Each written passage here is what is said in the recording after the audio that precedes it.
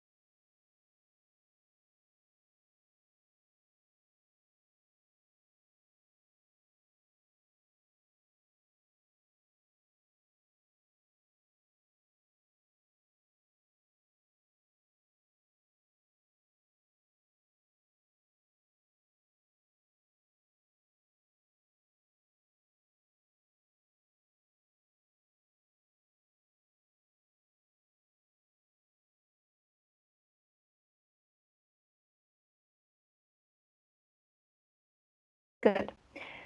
Now you will have 2 minutes to talk about this topic, and your 2 minutes start right now. Okay. So if there's anyone close to me that I know has a great set of language skills, it's my cousin Camila. She is almost 30 years old now, and she knows how to speak English and French really well. When she was little, her parents decided that they wanted her to have a wide set of language skills, which is why they enrolled her in a specialized high school here in my city, Quito, that teaches kids how to talk French and English since they are really little. This resulted in her being able to get a high school degree not only in Spanish but also in French, which was actually certified by the French government. When she was around 15 years old, before she graduated high school, she was able to travel to France, where she could test her language skills. And it actually turned out really well because she decided she wanted to apply for a college degree in France. Even though she couldn't make it because the costs were elevated at the time, now she's graduated college as a doctor, and she is going to pursue master's degree in Montreal, in Canada, where she's going to receive classes in French and in English. I think one of the main reasons why she decided to study English and French was so that she could have more opportunities open to her when it comes to wise terms. And I think that if she hadn't been to the school she went, she probably wouldn't know as much English and French as she knows now. Mm-hmm. Okay, thank you very much. Your 2 minutes is over now. And we can now move on to the third part. In the Okay. second part, we've been talking about a person who speaks the foreign language well. And now I would like to ask you some questions related to this. What benefits for one's career does knowledge of foreign languages bring? Well, like I mentioned before, I think knowing foreign languages helps you to study a master's degree or a PhD anywhere in the world if you know the language.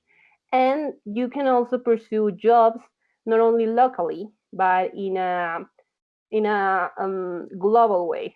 You can get hired from companies in the United States while you live in your Mm-hmm. country in Latin America, for example. And most of these things wouldn't be possible if you didn't have another language. Okay, very good. Now let's look at the future of language. Do you think that English will become the most commonly used language in the world? I think it will. I think English is easier to learn than other languages because the grammatical structures are easier to understand. Languages like mine, Spanish, have a lot of complex details that need to be fully understood in order to be able to talk it properly. While in English, it's easy to understand it even if you have a beginner's level. So, yes, I think English will totally take control over the world when it comes to language, and I'm glad that I know it. How about Spanish? Don't you think Spanish will be the first language in the future? Well, I've read quite a lot about it, and I've read that, for example, in United States, in 2030, I think, Spanish is going to be one of the most spoken languages because tons of Latin America population is going to move over there. But like I said, it's quite a hard language to understand, so I don't think it is as likely as people to learn this language that English, for example. So maybe we'll see. Okay. And do you think that foreigners will be learning your language much more than now in the future? Yes, I think they will. I think all of us citizens of the world are going to end up mixing our cultures even more than we used to in the past. And this is obviously going to carry different aspects of life, including language learning. So yes, I think more people will be likely to learn Spanish in the future. Okay. Thank you very much. We are done with your test now. And yes, this is the end of your speaking test. Now I would like read 2 to 3 minutes to add up your score and see what you did in different criteria. And after that, I will give you the feedback. For now, you can just take a deep breath and relax because you are done with your mock test. Okay. Good, Thank you. great. So I'm right here, but I will be back to you in like 3 minutes. Okay? Okay, it's fine. There you go. Okay, very well. So let's see what you did. Good. Before I start, what do you think about your performance? Well, I think it was kind of easier from what I've imagined. Um, Mm-hmm. I wasn't as nervous as I thought I would be, and I think the questions were kind of easy too. Like I've seen other tests online, and I've seen that sometimes they ask really complicated questions. So that's what I can say. I can tell that I repeat a few words over and over when I get Mm-hmm. nervous. So maybe there's that, but I don't know. You tell me. Yes, sure. Yes, questions were not really hard. Yeah, it sometimes happens. Sometimes the questions are a bit complicated, sometimes they're less complicated. Your questions were kind of familiar for you. Because of that, you're saying that yeah, it was easy for me to answer because you were familiar with the topic. But generally, in part three, I tried to ask you some more questions to see what real range of vocabulary or grammatical structures you have. So I was kind of challenging you. And yeah, I could easily see what you did. So we can start with your fluency, Michelle. Your fluency and coherence. I was about to give you an 8, Mm-hmm. but I didn't give you that, and it has just got one important reason. You should remember to cover your 2 minutes in Okay. part two. Yeah. In part two, you had like about 6 or 7 seconds and you stopped. And I had to just wait, or maybe you could just go on talking, just cover. It doesn't matter what you say for the last seconds. If you can just go off the topic or just add something to buy some time and cover it. So I could Okay. give you an 8 just because of that. I couldn't give you the 8. But other than that, your fluency is perfect. You have the flow of a speech. You can talk fluent, you can speak fluently, and you don't have Uh-huh. many self-correction or self-repetition. You just had one self-correction, which was in part three. You said a new language, a new languages, and then you corrected and you said a new language. you corrected yourself. So you didn't have many self-corrections, and that's great. One great thing about your speaking is how you use the connectives and discourse markers. I could hear you using and also, so, because, these words everybody uses. But you Mhm. managed to use even though, unless, nevertheless, in order to, not only, but also, you know. This is great, and this is very important to the examiners, Michelle. I think your exam is going to take place in a few days, right? Yeah, on Wednesday. Wednesday, great. So just keep on doing the same thing about the connectives. Use them, Okay. because if you just use and, so, because, these words, you will get a 5 because of the Okay. connectives. There is no range.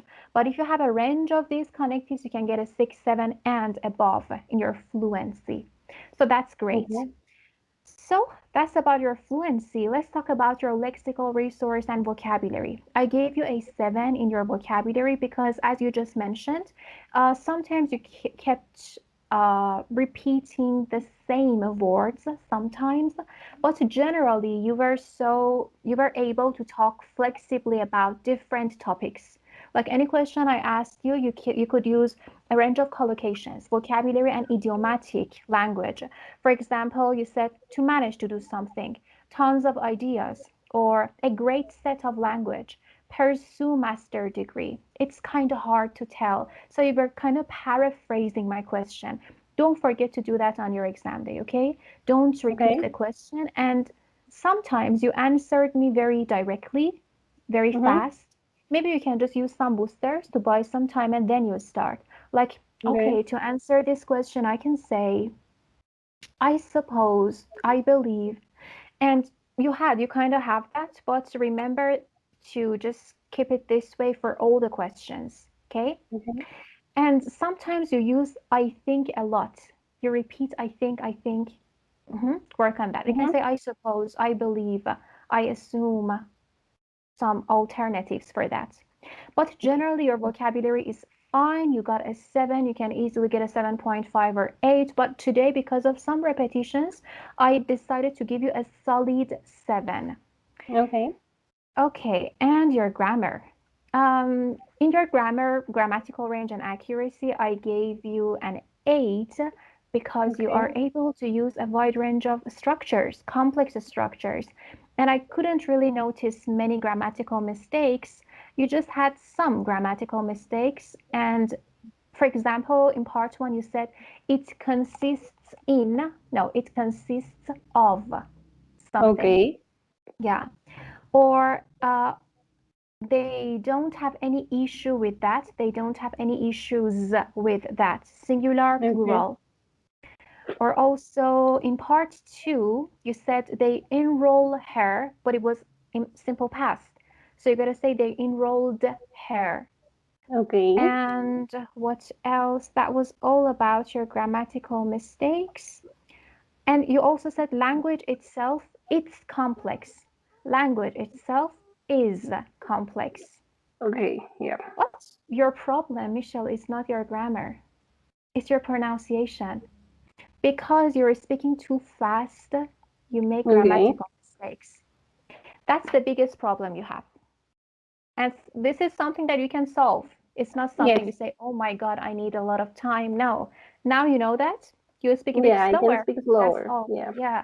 Because when you speak fast, for example, I said you said they enrolled her, but you should have said they enrolled her. You Yeah. actually said that, but because you were speaking very fast, you didn't pronounce the word well. Mhm. So you will have a pronunciation and grammar problem. Don't Okay. speak very fast. So yeah, because of that, I gave you an 8 in your grammar because you were fine with grammatical structures. Mhm. And to talk about your pronunciation, I gave you another 8 in your pronunciation because you are able to use different pronunciation features. You link up the sounds, and that's very good about your speaking. You're very easy to understand, but sometimes you have some lapses, and that's because of your Spanish accent. For example, you said it's resulted. It's actually it's resulted. It Okay. resulted. or absorb, absorb. Okay. Easier, easier.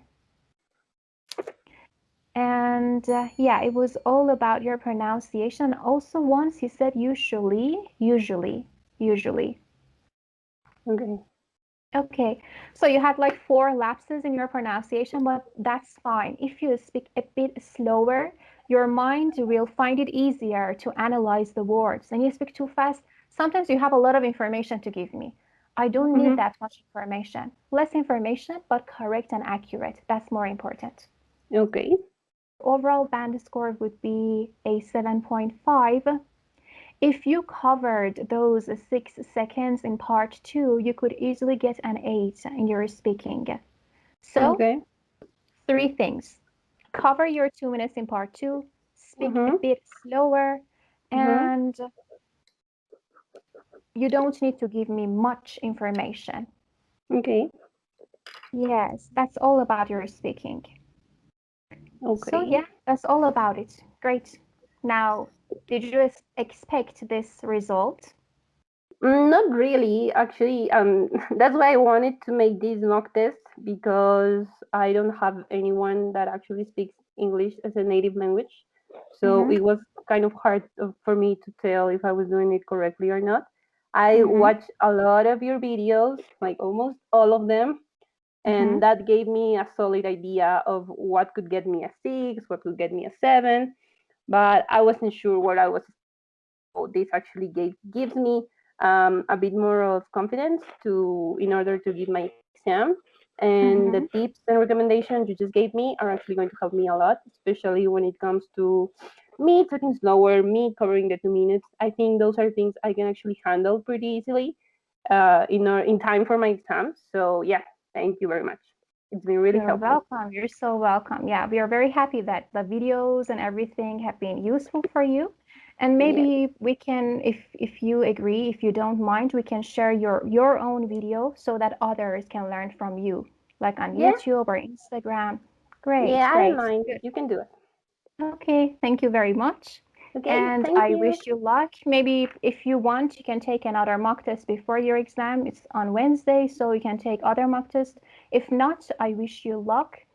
Thank And you so much. I can easily say that you can get 7.5 to 8 on your Okay. test day. Just be relaxed because you are confident. You're so Mhm. relaxed when you're talking to me, and that's really good. Just have Mhm. eye contact with the examiner and be yourself. Speak naturally. That's what Okay. matters a lot. Okay. Super. Okay, then. Thank you Great. so much, So and I will share have my fun. scores with you when I get them. Very well. We'll be glad. Okay. Good luck. Thank you. Bye Bye. bye.